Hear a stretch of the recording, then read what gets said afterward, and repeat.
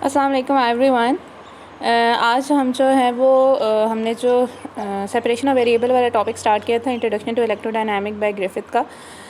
पिछली वीडियोस के अंदर मैंने आप लोगों को separation of variable technique in Cartesian coordinate वाली problems from introduction to electrodynamic by Griffith chapter number 3 से करवाई थी। और अब हम लोग जो है वो आगे नेक्स्ट प्रॉब्लम्स करेंगे। हमने हमने जो प्रॉब्लम्स कर लिए थे वो उसमें हमने आई थिंक पहला वाला किया था और दूसरा वाला एग्ज़ाम्पल किया था। एक हमने ये वाला एग्ज़ाम्पल किया था कार्टेशियन कोऑर्डिनेट में 3.3 सेपरेशन ऑफ वेरिएबल, और ये हमारे पास 3.3 वाला था जो कि ये वाली प्रॉब्लम थी। एक हमने ये की थी और एक इसके अलावा जो है वो हमने इससे नेक्स्ट वाली की थी जो कि आपके पास थी 3.4, ठीक है। और ये वाला उसके लिए हमने ये वाला प्रॉब्लम किया था, ठीक है। और इसके लिए भी हमने फाइंड कर ली थी और एक हमने 3.5 भी कर ली थी, ठीक है। तो ये तीन हमने प्रॉब्लम्स जो है वो कर लिए थे इन द कार्टेशियन कोऑर्डिनेट्स। और इसके अलावा ये कि मैंने आप लोगों को कहा था कि आप लोग ये नेक्स्ट 3.12, 3.13, 3.14, 3.15 ये चार प्रॉब्लम्स जो हैं ये ट्राई करें। आई होप आप लोगों ने ये कर लिए होंगे। अब हम नेक्स्ट टॉपिक स्टार्ट करने वाले हैं, वो है स्फेरिकल कोऑर्डिनेट। बेसिकली वो separation of variable he topic का ये सब टॉपिक है। सेपरेशन ऑफ वेरिएबल टेक्निक के अंदर एक हमने कार्टेशियन कोऑर्डिनेट के अंदर सेपरेशन ऑफ वेरिएबल देखा था। अब हम लोग जो है वो स्फेरिकल कोऑर्डिनेट के अंदर देखेंगे कि किस तरीके से अगर हमारे पास स्फेरिकल सिमेट्री हो तो हम लोग सेपरेशन ऑफ वेरिएबल को यूज़ करते हैं। तो इससे पहले हमने जितनी भी एग्जांपल्स देखी थी कार्टेशियन कोऑर्डिनेट्स जो हैं वो हमारे लिए उस केस के लिए अप्रोप्रिएट थे, क्योंकि ज़्यादातर जो हमारे पास बाउंड्रीज़ थी वो प्लेन्स की फॉर्म में थी, ठीक है। लेकिन फॉर राउंड ऑब्जेक्ट हम स्फेरिकल कोऑर्डिनेट्स जो हैं वो हम लोग यूज़ करते हैं। और स्फेरिकल सिस्टम के अंदर हम लेप्लास इक्वेशन को इस तरीके से लिखते हैं जिस तरीके से ये इक्वेशन लिखी हुई है। आप अगर आपको यहाँ से टेक्स्ट अगर विजिबल ना हो अगर किसी तरह, तो आप introduction to electrodynamic by Griffith का 137 पेज स्फेरिकल कोऑर्डिनेट्स वाला खोल के आप साथ साथ उसे फॉलो कर लेंगे तो आपको ये बात समझ आ जाएगी। तो बेसिकली ये आपके पास इक्वेशन है in the spherical coordinate. First chapter के अंदर जहाँ हम लोगों ने डिफरेंट कोऑर्डिनेट सिस्टम पढ़े हैं उसके अंदर हम लोगों ने ये भी देखा था कि अगर हम लोगों ने स्फेरिकल कोऑर्डिनेट्स को इन टर्म ऑफ अगर हमने लेप्लास इक्वेशन को in term of spherical coordinates लिखना है तो वो किस तरीके से लिखते हैं।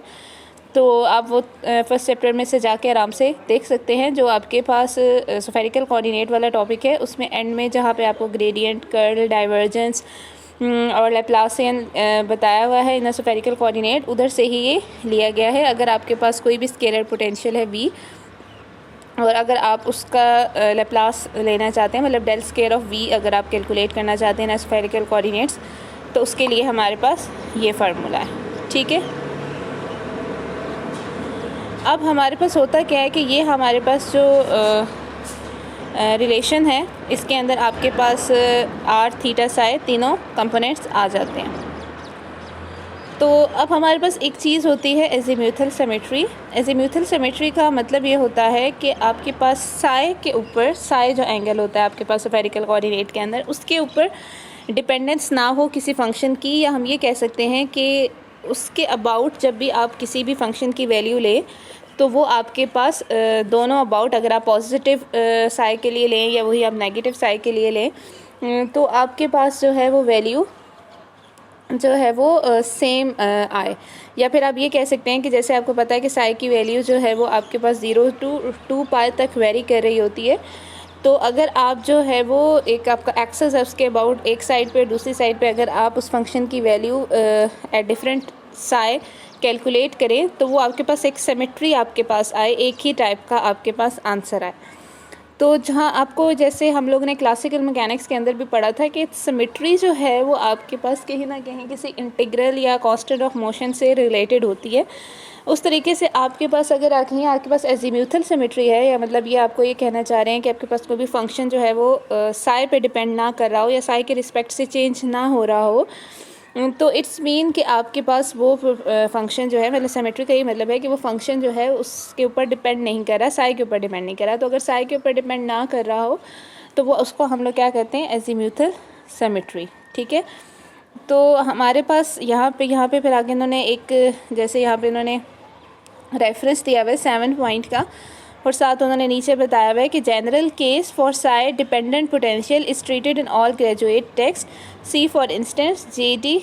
जैक्सन्स classical electrodynamic 3rd edition chapter 3 New York John Wiley 1999। मतलब ये इन्होंने आपको ये बताया हुआ है कि यहाँ पे तो हम एजीम्यूथल सिमेट्री कंसीडर करें, हम ये सपोज करें कि जो V पोटेंशियल है वो साई पे डिपेंड नहीं कर रहा, वो इंडिपेंडेंट ऑफ साई है, ऐसी सिमेट्री को हम एजीम्यूथल सिमेट्री कहते हैं। तो यहाँ पे आपके पास जो है वो इन्होंने बताया कि अगर आप जनरल केस देखना चाहते हैं जिसमें आपके पास पोटेंशियल जो है वो साई पे भी डिपेंड कर रहा हो, तो वो ज़्यादा जनरल केस है। तो वो जो है वो इन्होंने एक बहुत अच्छी बुक है जो कि आपके पास इस बुक से एडवांस बुक है। जब आप MS वगैरह कर रहे होते हैं तो तब आपको ये वाली बुक पढ़ाई जाती है, J.D. जैक्सन क्लासिकल इलेक्ट्रोडायनामिक, क्योंकि ये तो ग्रिफिथ की जो ये बुक है ये आपके पास ग्रेजुएट लेवल की है। पोस्ट ग्रेजुएट लेवल के ऊपर आपको ये जैक्सन क्लासिकल इलेक्ट्रोडायनामिक्स पढ़ाई जाती है, तो उसके अंदर ज़्यादा एडवांस कॉन्सेप्ट हैं।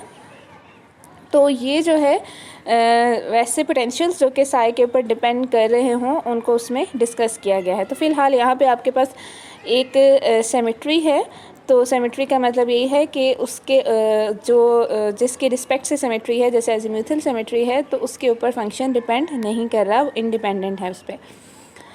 तो अगर हमारे पास फंक्शन साई पे डिपेंड नहीं कर रहा तो उसके रिस्पेक्ट से जो फंक्शन का डेरिवेटिव होगा वो आपके पास 0 हो जाएगा। तो आपके पास थर्ड टर्म 0 हो जाएगी, सिर्फ आपके पास फर्स्ट 2 टर्म्स जो है वो सर्वाइव करेंगी। अब जैसे हम लोगों ने पिछले केस में ये देखा था कि हम पोटेंशियल को कार्टेशियन कोऑर्डिनेट के फॉर्म में लिखने के लिए हम क्या करते थे, हम ये करते थे कि हम पोटेंशियल को हम कहते थे कि वो प्रोडक्ट है आपके पास x, y और z का, जिसमें हम x कहते थे वो कैपिटल X हम कहते थे वो स्मॉल x का फंक्शन है, कैपिटल Y स्मॉल y का फंक्शन है, कैपिटल Z स्मॉल z का फंक्शन है। तो इसी तरह यहाँ पे भी हम कहेंगे कि हमारे पास जो पोटेंशियल है वो आपके पास r और थीटा है, क्योंकि साई पे तो हमने कहा उसकी डिपेंडेंस नहीं है, तो वो r और थीटा के प्रोडक्ट के बराबर है, और जो कैपिटल R है वो स्मॉल r का फंक्शन है, और जो कैपिटल थीटा है वो आपके पास स्मॉल थीटा का फंक्शन है। तो हम क्या करते, स्टेप्स वही हैं बिल्कुल आपके पास। आपने इसी तरह पहले पोटेंशियल की वैल्यू इस वाली इक्वेशन के अंदर, एक मिनट, आपके पास let me see, I want to रखा कैसा है, इसलिए मैं याद करना चाहती थी, टूल बॉक्स यूज़ करना चाह रही थी और मुझे वो राइटिंग वाला, एक मिनट, यहाँ से मिल नहीं रहा। एनीवेज, खैर ये वाली जो हमारे पास इक्वेशन है, असल में मैं हाथ से आपको ये वाली इक्वेशन जो है आपके पास, ठीक है, ये वाली, जिसको मैं जूम इन कर रही हूँ, ये जो फर्स्ट पे आपको नज़र आ रही है, ये वाली जो इक्वेशन है ये वाली, इसके अंदर मैंने v को पुट किया, उसके बाद हमने v को पुट करने के बाद और जो भी आपके पास डिफरेंशिएशन अप्लाई हो रही है, यहाँ पे आप v को पुट करेंगे with respect to r, small r differentiate करेंगे, यहाँ पे आप v को पुट करेंगे with respect to theta differentiate करेंगे, फिर उसके बाद जो आंसर आएंगे उसके बाद अब नेक्स्ट स्टेप क्या होगा, आपने उसको फिर डिवाइड करना है बाय v। तो पहला स्टेप यही होता था पिछले केस में भी, पहले हम v को पुट करते थे, सॉल्व करते थे इक्वेशन को, एंड देन फिर हम उसे v से डिवाइड करते थे। तो हमारे पास दो इस तरह से इक्वेशन आ जाती थी, एक पूरी x की फॉर्म में आ जाती थी, एक पूरी y की, एक पूरी z की। तो यहाँ पे भी आपके पास ये वाली इक्वेशन पूरी r की फॉर्म में आ जाएगी, ये पूरी थीटा की फॉर्म में आ जाएगी। तो आपके पास जो फर्स्ट टर्म है वो सिर्फ r पे डिपेंड कर रही है, और जो सेकेंड टर्म है वो सिर्फ थीटा पे डिपेंड कर रही है। तो आपके पास दोनों का सम अगर 0 के बराबर है, इट्स मीन कि दोनों को किसी कांस्टेंट के बराबर होना चाहिए, इस तरीके से कि उनका सम जो है वो 0 हो।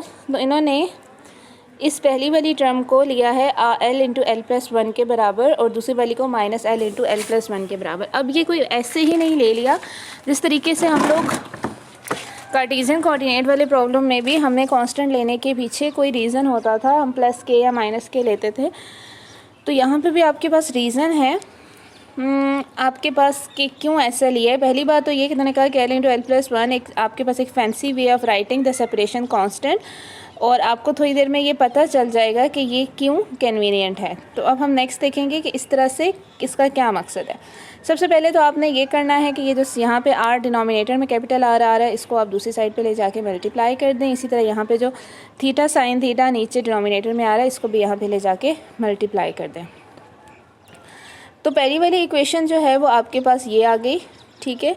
और इसमें आपने क्या किया कि, और आपको पता है कि सेपरेशन ऑफ वेरिएबल में आप क्या करते हैं कि जो पार्शियल वाले आपके पास डेरिवेटिव पार्शियल डिफरेंशियल इक्वेशंस होती हैं वो किस में चेंज हो जाती हैं, ऑर्डिनरी डिफरेंशियल इक्वेशंस के अंदर चेंज हो जाती हैं। जैसे यहाँ पे स्टार्ट में ये पार्शियल डिफरेंशियल इक्वेशन थी, एंड देन फिर यहाँ पे आके ये 3.56 और फिर 3.57 में ये आपके पास ऑर्डिनरी डिफरेंशियल इक्वेशंस के अंदर चेंज हो गए।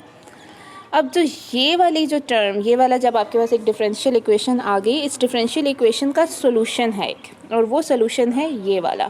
अब आप जो है वो इसको सॉल्व करके निकाल लें कि ये इसका जनरल सोल्यूशन है और ये किस तरीके से आता है। ये बेसिक मैथ है और ये आपने इसको सॉल्व करना है, ठीक है।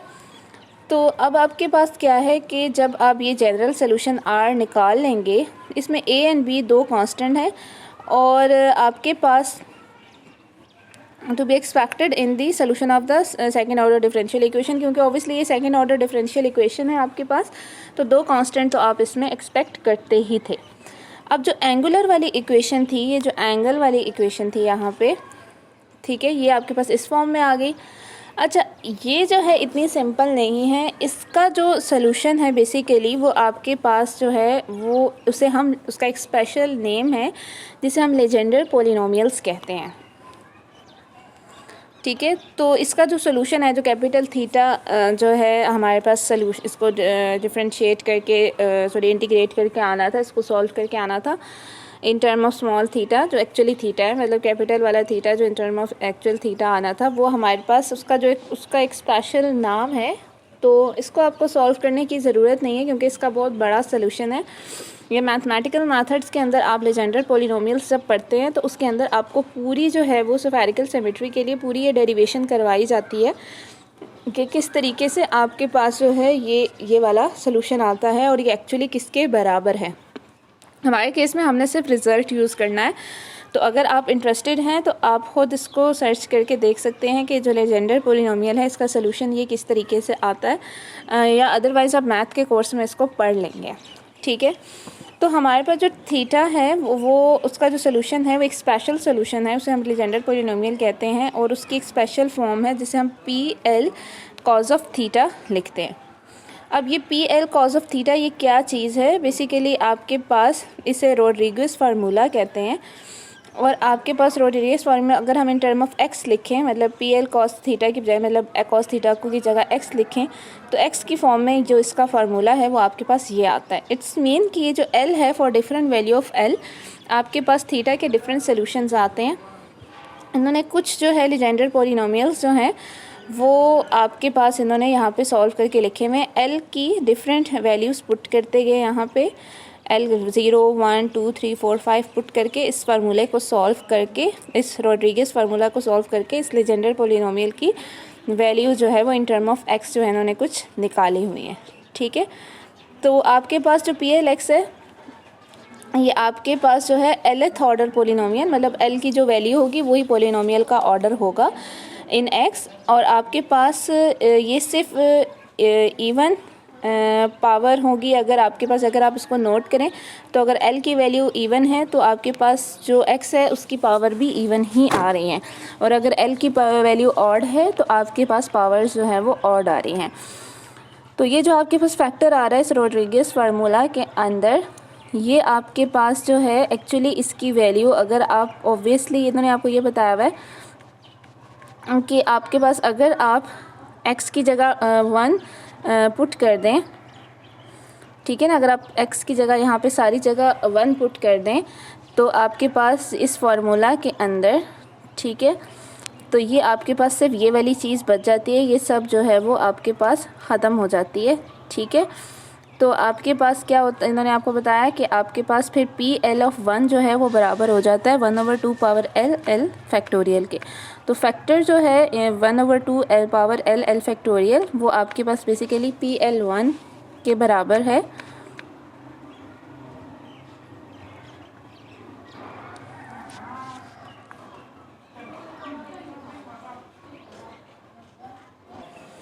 ओके तो हमारे पास जो फैक्टर है ये जो 1/2 पावर L फैक्टोरियल, उसको हमने इस तरह से चूज़ किया कि आपके पास जो PL(1) है, मतलब जब x की वैल्यू आप 1 पुट करते हैं तो ये आपके पास आंसर हमें ओवरऑल इस पूरी जो टर्म है, ये जो पूरा 3.62 फार्मूला है रोड्रिगेज फार्मूला, इसकी जो आपके पास आंसर है जब आप x को 1 पुट करते हैं तो ये आपको जो है वो 1 देता है। ठीक है, देखें तो ये आपको कैसे पता चल रहा है, आप यहाँ पे बेशक पुट करके देख लें। ये जो आपके पास P0x, P1x, P2x की वैल्यूज़ हैं, इन सब में आप x की वैल्यू को 1 पुट करके देखें तो आप देखेंगे कि आंसर जो है वो आपके पास 1 ही आ जाएगा। मतलब आप जो भी L की वैल्यू हो, x की वैल्यू 1 के लिए आपके पास आंसर 1 ही आएगा। ठीक है, तो यहाँ से ये फिर इन्होंने कंक्लूड किया कि जो हमारे पास फैक्टर है, ये जो हमारे पास 1/2 पावर L फैक्टोरियल,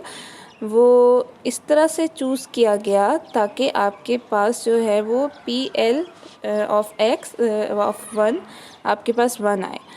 तो ये जो रोड्रिगेज फार्मूला है ये आपके पास सिर्फ non negative integers value of L के लिए है और ये सिर्फ एक ही सोल्यूशन प्रोवाइड करता है एक L की वैल्यू के लिए। लेकिन आपको पता है कि आप इस इक्वेशन को सॉल्व करना चाह रहे थे 3.60 को, और ये तो सेकंड ऑर्डर डिफरेंशियल इक्वेशन है और इसके तो 2 सोल्यूशन आने चाहिए for every value of L।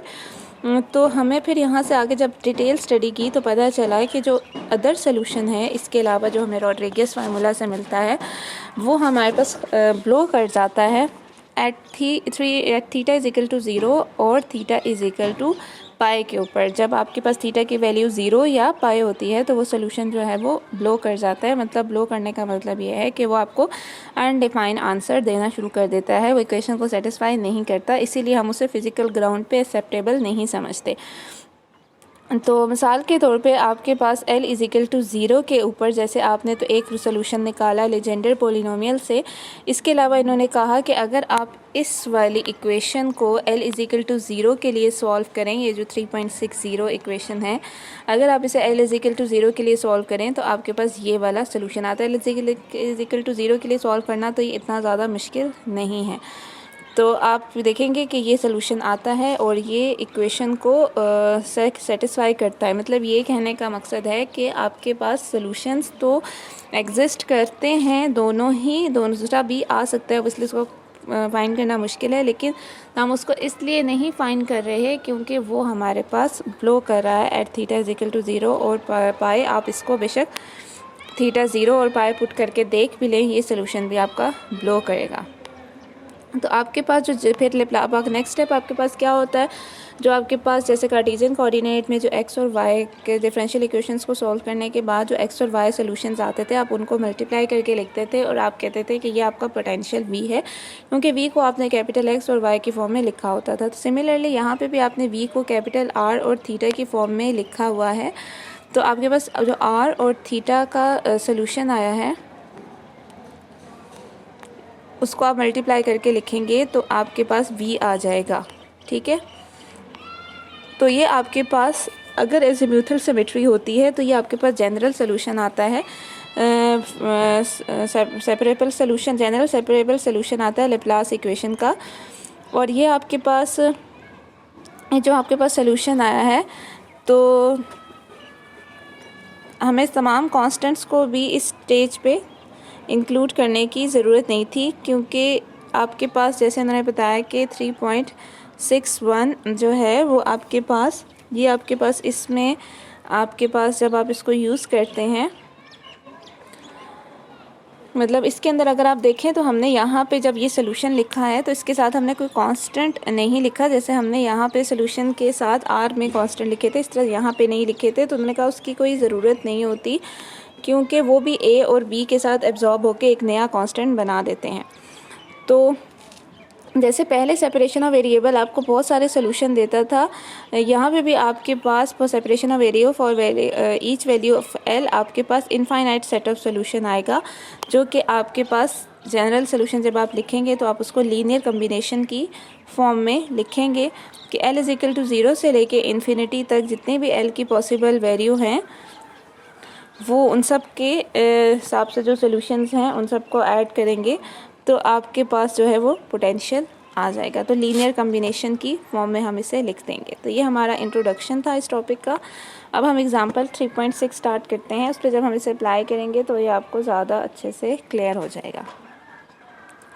अब आपके पास एक हॉलो स्फीयर है, उसकी सरफेस के ऊपर आपने कोई पोटेंशियल जो है वो स्पेसिफाई कर दी है जो कि थीटा का फंक्शन है। आपको कहा गया है कि इनसाइड स्फीयर के आपने पोटेंशियल फाइंड करना है। सबसे पहले तो ये कि हम ये वाला रिज़ल्ट तो 3.65 हमने फाइंड किया है, ये हम यूज़ करेंगे।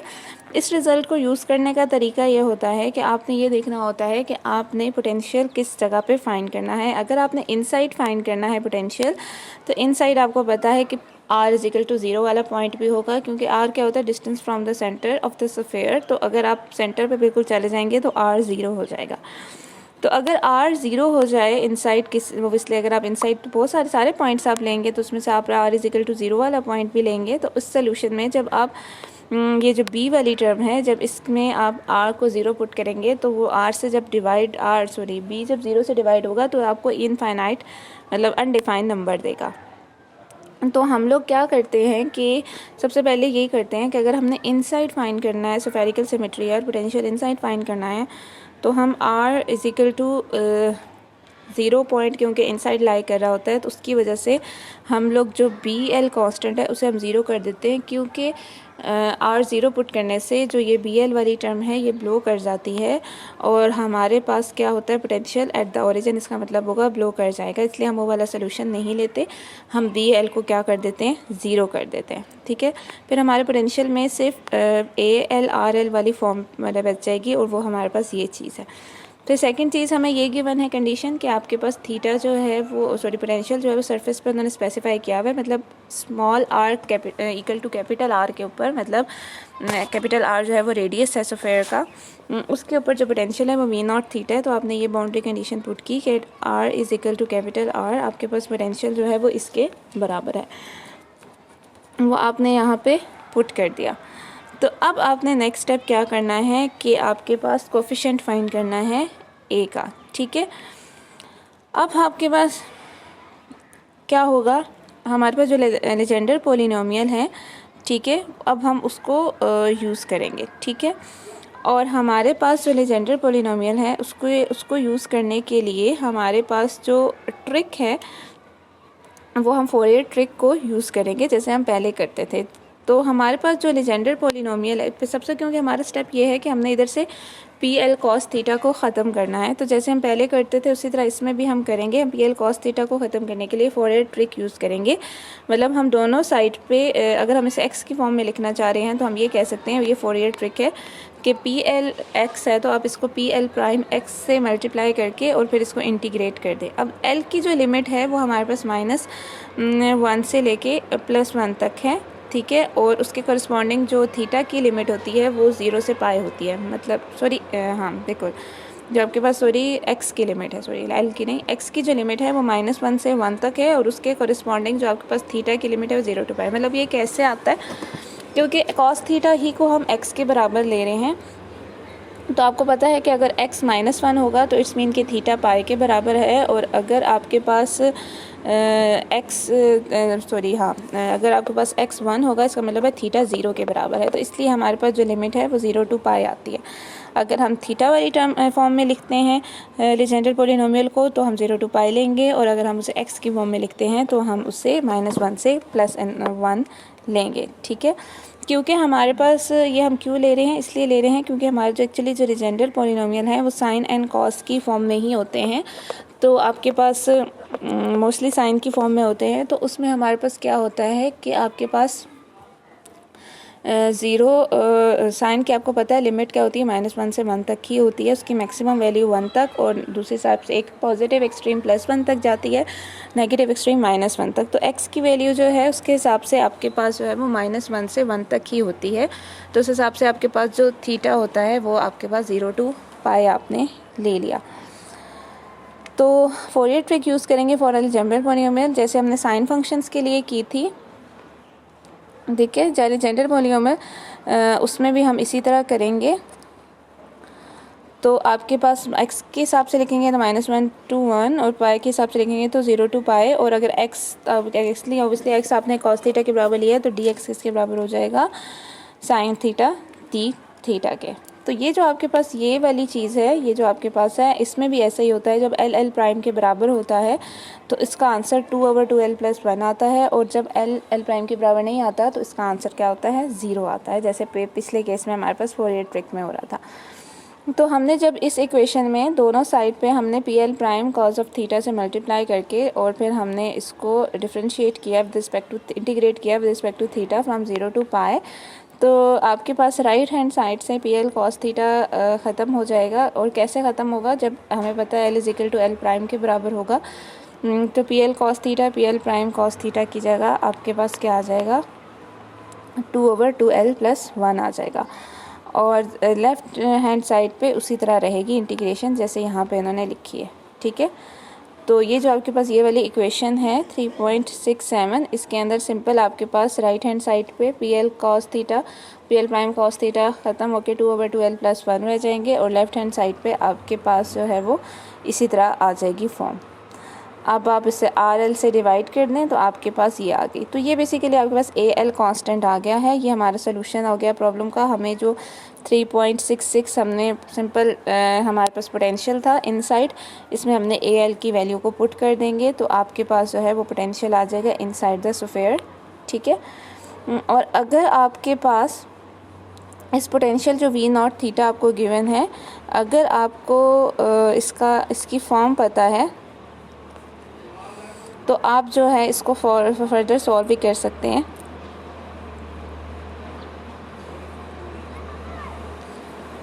अगर आपको पोटेंशियल जैसे मैंने आपको गिवन किया यहाँ पे k sin स्क्वायर ऑफ θ/2, यहाँ पे k कांस्टेंट है, तो मैंने कहा कि हमने हाफ एंगल फार्मूला यूज़ किया, sin स्क्वायर θ/2 बराबर होता है 1 - cos θ/2 के। और 1 जो है आपको पता है, हमने पीछे लेजेंडर पॉलीनोमियल में देखा था कि वो आपके पास P0 x के बराबर था, और x को अगर आप cos थीटा ले लें तो P0 cos थीटा बराबर आता है 1 के, और P1 cos थीटा बराबर होगा सिंपल cos ऑफ थीटा के। तो यहाँ पे हमने cos थीटा की जगह P1 cos थीटा और 1 की जगह P0 sin थीटा पुट कर दिया। तो V0 थीटा को हम ये चीज़ ले लें और इसको इस इक्वेशन जो है वो 3.67 के अंदर हम इसे पुट कर देते हैं, ठीक है। जो हमारे पास V0 आया है उसको हमने इस इक्वेशन के अंदर हमने पुट कर दिया 3.67 के अंदर। फिर हमने क्या करना है कि दोनों साइड से हमने कंपैरिजन कर लेना है। कंपैरिजन कैसे कर लेना है कि लेफ़्ट, अब यहाँ पे अगर आप देखें तो इस साइड पे आपके पास जो है वो L की वैल्यूज़ जो है वो 0 से लेकर इन्फिनिटी तक वेरी कर रही हैं, और ये जो आपने V0 थीटा पुट किया है, इस V0 थीटा में आपके पास L की 2 वैल्यूज़ आ रही हैं 0 और 1, ठीक है। तो अगर आप इस साइड को कंपेयर करें तो यहाँ से अगर आप इसे ओपन करके 0 से इन्फिनिटी तक सारी टर्म्स भी लिख लें, और यहाँ पे तो आपके पास L की 2 ही पॉसिबल वैल्यूज़ आ रही है 0 और 1, तो जब दोनों साइड पे आप कंपेयर करेंगे तो L = 0 और L = 1 वाली टर्म सर्वाइव करेंगी, बाकी सारी टर्म्स जो है वो 0 हो जाएंगी। जैसे हम कोफिशिएंट्स को कंपेयर करते हैं तो आपके पास यहाँ पे भी इसी तरह होगा। जब आप 3.67 के अंदर ये V0 थीटा पुट करेंगे, और तो वहाँ से जब आप देखें, अब जाहिर सी बात है जब L की आप डिफरेंट वैल्यूज़ पुट करेंगे तो A की भी डिफरेंट वैल्यू होगी, A0 A1 A2 and so on. तो आपके पास जो है वो L = 0 पे A0 होगा, L = 1 पे A1 होगा एंड सो ऑन। तो जब आप दोनों साइड से आप उसे कंपेयर करेंगे तो एक A0 की वैल्यू आ जाएगी और एक A1 की वैल्यू आ जाएगी। तो आप देखेंगे कि जो A0 है उसकी वैल्यू क्या होगी, जो इसका कोफिशिएंट है k/2, और A1 की वैल्यू होगी -k/2, ठीक है। और साथ आपके पास जो है वो यहाँ से भी कांस्टेंट्स आएंगे, ऑब्वियसली जब L 0 पुट होगा तो R 0 1 हो जाएगा, और जब L 1 पुट होगा तो R भी आ जाएगा साथ। तो ये A0 और A1 की वैल्यूज़ आ गई। तो ये आपके पास जो VR ऑफ थीटा जब आप पूरा ओपन करेंगे तो उसमें सिर्फ A0 और A1 नॉन ज़ीरो होंगे, बल्कि आप बाकी सारे आपके पास क्या हो जाएंगे, ज़ीरो हो जाएंगे। तो ये वाला जो सोल्यूशन जब आप इसकी फॉर्म में लिखेंगे तो जब आप इसको ओपन करेंगे तो सिर्फ L = 0 और L = 1 वाली टर्म सर्वाइव करेगी, बाकी सब जो है वो ज़ीरो हो जाएंगे। तो इस तरीके से ये आपके पास आंसर आ जाएगा। फिर आपके पास 3.7 है आपके पास प्रॉब्लम। इसमें भी आपके पास पोटेंशियल को स्पेसिफाई किया है on the surface of the sphere, लेकिन अब हमने पोटेंशियल आउटसाइड फाइंड करना है। तो आउटसाइड पोटेंशियल जब आपने फाइंड करना होता है तो आउटसाइड के लिए जाहिर सी बात है R इन्फिनिटी तक जा सकता है, तो फर्स्ट टर्म ब्लो कर जाती है, इसलिए फर्स्ट टर्म का कांस्टेंट 0 कर लेते हैं 3.65 में, और फिर दूसरी टर्म रहती है। फिर इसी तरह हम लोगों ने बाउंड्री कंडीशन पुट करेंगे कि कैपिटल R के ऊपर at the surface potential V0 theta है। फिर उसके ऊपर आप फोरियर ट्रिक को यूज़ करेंगे। यहाँ पे आप दोनों साइड पे फोरियर ट्रिक अप्लाई करेंगे तो यहाँ से आप BL की वैल्यू को फाइंड कर लेंगे। अब हमारे पास 3.8 एग्जांपल है जिसमें हमारे पास एक अनचार्ज मेटल स्फीयर है जिसका रेडियस R है, और उसको आपने इलेक्ट्रिक फील्ड के अंदर पुट किया है। इलेक्ट्रिक फील्ड की डायरेक्शन Z एक्सिस के अलॉन्ग पे है, इस तरह से कि आपके पास जो पॉजिटिव चार्ज है नदरन साइड पे, ठीक है, on the surface of the sphere, वो आपके पास फील्ड क्या करेगी, उसको पुश करेगी, पॉजिटिव चार्ज को पुश करेगी to the north surface of the hemisphere, और नेगेटिव चार्ज जो है वो साउथ वाली साइड पे रह जाएगा। मतलब नीचे वाली साइड पे जो है वो नेगेटिव चार्ज रह जाएगा, ऊपर वाली चार्ज पे पॉजिटिव चार्ज हो जाएगा। तो उसकी वजह से क्या होगा कि आपके पास जो है वो फील्ड जो है वो थोड़ी सी डिस्टॉर्ट कर जाएगी। तो हमने पोटेंशियल फाइंड करना है आउटसाइड द स्फीयर। पहली बात ये कि आपके पास मेटल है, उसकी सरफेस को इक्वी पोटेंशियल होना चाहिए, तो हम उसको अज्यूम कर लेते हैं कि उसकी सरफेस का पोटेंशियल 0 है। तो अगर आपके पास जो पोटेंशियल अगर उसकी सरफेस का 0 है तो हमारे पास बाय सिमेट्री पूरा XY प्लेन, अगर आप देखें तो ये जो आपके पास XY प्लेन है इसका पोटेंशियल जो है वो हमने 0 अज्यूम कर लिया कि XY प्लेन पूरा जो है वो 0 पोटेंशियल पे आपके ऊपर है। तो अब आपके पास क्या है कि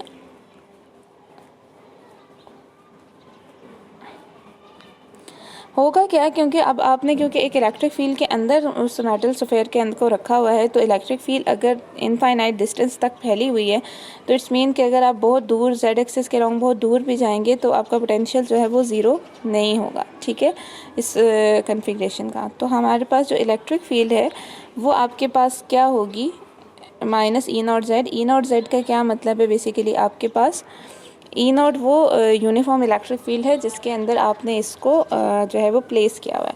तो अगर आपने इलेक्ट्रिक फील्ड से पोटेंशियल फाइंड करना है तो उसके लिए आप क्या करते हैं, सिंपल आप जो है वो इंटीग्रेट अगर कर लें विद रिस्पेक्ट टू Z, अगर आप Z एक्सिस के अलॉन्ग मूव कर रहे हैं तो आप इलेक्ट्रिक फील्ड को इंटीग्रेट करें विद रिस्पेक्ट टू Z, तो आपके पास पोटेंशियल आ जाएगा। तो वो ऑब्वियसली अगर आप इसे इंटीग्रेट करके देख लें तो आपके पास वो -E0Z प्लस सम कांस्टेंट आ जाएगा। अगर आपने लिमिट पुट नहीं की है तो वो आपके पास सम कांस्टेंट आ जाएगा। तो अगर आप पोटेंशियल को देखें तो आपके पास जितना भी आप Z एक्सिस के लॉन्ग जाते जाएंगे पोटेंशियल जो है वो चेंज मतलब 0 को अप्रोच नहीं करेगा, ठीक है।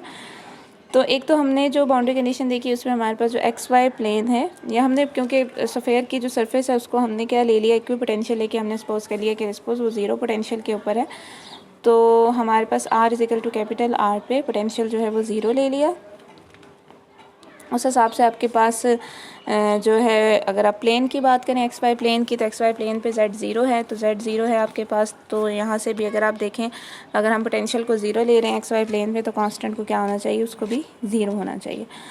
और दूसरी बाउंड्री कंडीशन ये है कि जब आपके पास जो है R से आप बहुत मतलब सरफेस से बहुत दूर भी जा रहे हैं तो आपका पोटेंशियल जो है वो -E0Z, अगर Z को आप R cos थीटा ले लें तो आपके पास -E0 R cos थीटा को अप्रोच कर रहा है, ठीक है। तो अब हमने ये दो बाउंड्री कंडीशंस को जो है वो इस पोटेंशियल के ऊपर पुट करना है। पहली तो हमारे पास यही है कि पोटेंशियल जो है वो 0 है, स्मॉल r = कैपिटल R। तो इसके अंदर आप सिंपल स्मॉल r को कैपिटल R पुट करके और पोटेंशियल को आपने 0 ले लेना है, ठीक है। तो यहाँ से आपके पास बी एल और ए एल एक दूसरे की फॉर्म में आ जाएंगे। इसको आप उसी इक्वेशन 3.65 के अंदर आपने पुट कर देना है। अब दूसरी कंडीशन आप पुट करते हैं कि जब आर बहुत ज़्यादा है कैपिटल आर से, मतलब अगर आप बहुत दूर जाएंगे तो ओबियसली स्मॉल आर की value as compare to capital R बहुत बड़ी हो जाएगी। तो हमारे पास जो सेकंड वाली टर्म है ब्रैकेट के अंदर वो छोटी हो जाएगी, उनके डिनोमिनेटर बड़ा हो जाएगा। तो इस कंडीशन के मुताबिक आप सेकंड टर्म को इग्नोर कर देते हैं और आप क्या कहते हैं कि पोटेंशियल जो है उसको आप जो है simple minus E naught R cos theta put कर दें, और जो हमारे पास लेफ्ट हैंड साइड से v जो है इसमें आप minus E naught R cos theta put कर दें, और राइट हैंड साइड पे आप बी आर 2l + 1/r(l+1) वाली टर्म को इग्नोर कर दें, तो आपके पास ये चीज़ आ जाएगी। तो अगेन आपने इसी तरह करना है कि आपके पास अगर आप लेफ़्ट साइड पे देखें तो आपके पास समीशन है, राइट साइड पे अगर आप देखें तो कॉस थीटा वाली टर्म है, और आपको पता है कॉस थीटा को आप P1 कॉस थीटा के बराबर ले सकते हैं, ठीक है, क्योंकि P1 x जो है वो x के बराबर होता है, तो P1 कॉस थीटा के बराबर हो जाता है। तो कॉस थीटा को आप सिंपल P1 कॉस थीटा ले सकते हैं, जैसे यहाँ पे इन्होंने लिखा हुआ है कि P1 कॉस थीटा के बराबर है। तो अब राइट हैंड साइड पे एक ही l की वैल्यू l = 1 वाली सर्वाइव कर रही है रीजेंडर पोलिनोमियल में। तो लेफ्ट हैंड साइड पे भी आप l को जब ओपन करेंगे 0 to ∞, तो उसमें l = 1 वाली टर्म सिर्फ आपके पास सर्वाइव करेगी, ठीक है। तो l = 1 वाली रखेंगे, बाकी सब ख़त्म हो जाएंगी। तो आप ये कह सकते हैं कि जब आप l को 1 पुट करेंगे तो a1 स्मॉल r की पावर भी 1 और P1 कॉस थीटा, और यहाँ पे तो minus E naught R cos theta है ही, तो कॉस थीटा की जगह आपने P1 कॉस थीटा पुट कर दें, तो कॉस थीटा दोनों साइड से कैंसिल हो जाएंगे और आर भी कैंसिल हो जाएंगे, तो a1 simple minus E not के बराबर आ जाएगा। तो वी आर थीटा जो है इसमें आप a की वैल्यू को पुट कर दें। तो जो फर्स्ट टर्म है अगर आप देखें वो minus E naught R cos theta है, ये एक्सटर्नल फील्ड की वजह से है, और जो आपके पास जो भी एक्सटर्नल फील्ड जिसके अंदर आपने रखा हुआ था, और जो दूसरी वाली टर्म है वो जो चार्ज उसकी सरफेस पे इंड्यूस हुआ है उसकी वजह से जो पोटेंशियल है वो है। तो अगर आप इंड्यूस चार्ज डेंसिटी जो है वो फाइंड करना चाहते हैं तो आपको पता है कि सिग्मा = -ε पार्शियल v और partial r at small r = capital R आप सरफेस पे पुट कर सकते हैं, और यहाँ से आप इसे डिफ्रेंशिएट करके आप सरफेस चार्ज डेंसिटी भी फाइंड कर सकते हैं। और यहाँ अगर आप देखें तो मैंने कहा कि अगर आप इसको देखें तो ये 0 से π/2 तक ये आपको वैल्यू पॉजिटिव देगी, और अगर आप π/2 से π तक जाएंगे तो ये आपको नेगेटिव लेगी, और यही हम एक्सपेक्ट करते हैं कि 0 से π/2 तक जो नदरन हेमिस्फेयर है उस पर पॉजिटिव चार्ज है, और π/2 से π पे आपके पास सदरन हेमिस्फेयर के ऊपर नेगेटिव चार्ज है। फिर आपके पास जो नेक्स्ट है एग्जाम्पल 3.9, उसके अंदर इन्होंने कहा है कि आपके पास स्पेसिफाइड चार्ज डेंसिटी सिग्मा है, वो जो हमने सरफेस के ऊपर ग्लूड किया हुआ है उसे मतलब सरफेस के ऊपर रखा है at the distance small r = capital R, तो मतलब सरफेस के ऊपर आपके पास जो है वो सरफेस चार्ज डेंसिटी गिवन है। हमने inside and outside potential find करना है। एक तो तरीका आपके पास ये वाला होता है जिसमें अगर आपको सरफेस चार्ज डेंसिटी गिवन हो तो आप इसको यूज़ करके आराम से आप पोटेंशियल फाइंड कर सकते हैं, ठीक है। अब हम सेपरेशन वाली अगर टेक्निक यूज़ करें तो वो हमारे पास ज़्यादा इजी है। इनसाइड के लिए आपको पता है सिर्फ AL वाली टर्म सर्वाइव करती है, और आउटसाइड के लिए आप B1 वाली टर्म 3.65 में आपने पहले तो दो पोटेंशियल स्प्लिट कर लेने हैं जो है inside the sphere and outside के लिए, ठीक है। और आपके पास बाउंड्री कंडीशंस हमें यही बताती हैं कि एट द सरफेस, जो स्फीयर की सरफेस है स्मॉल r = कैपिटल R, ये पोटेंशियल कॉन्टीन्यूस होना चाहिए, मतलब इनको बराबर होना चाहिए, ठीक है। तो पहली बाउंड्री कंडीशन यही है कि आपने क्या करना है, ये हमें वैसे बाउंड्री कंडीशन 2.34 इक्वेशन पीछे से आप देख लें, उससे हमें पता है कि small r = capital R potential जो है वो आपके पास कॉन्टीन्यूस होने चाहिए। तो यहाँ से हम लोगों ने AL की वैल्यू निकाल ली और BL की वैल्यू निकाली, ठीक है। तो आपके पास, और इसको अप्रूव करने के लिए इन्होंने कहा कि आप जो है वो 3.80 जो इक्वेशन है उसकी दोनों साइड को PL prime cos theta sin theta से मल्टीप्लाई करें और with respect to theta integrate करें फ्रॉम 0 to 2π, और जो हमने पीछे ऑर्थोगोनैलिटी कंडीशंस ये वाली यूज़ की थी, ये वाली, ठीक है, 3.68, इसको यूज़ करके आप इसको प्रूव भी कर सकते हैं। सेकंड हमारे पास बाउंड्री कंडीशन ये होती है कि जो डेरिवेटिव है पोटेंशियल का वो डिसकंटिन्यूड होता है एट द सरफेस।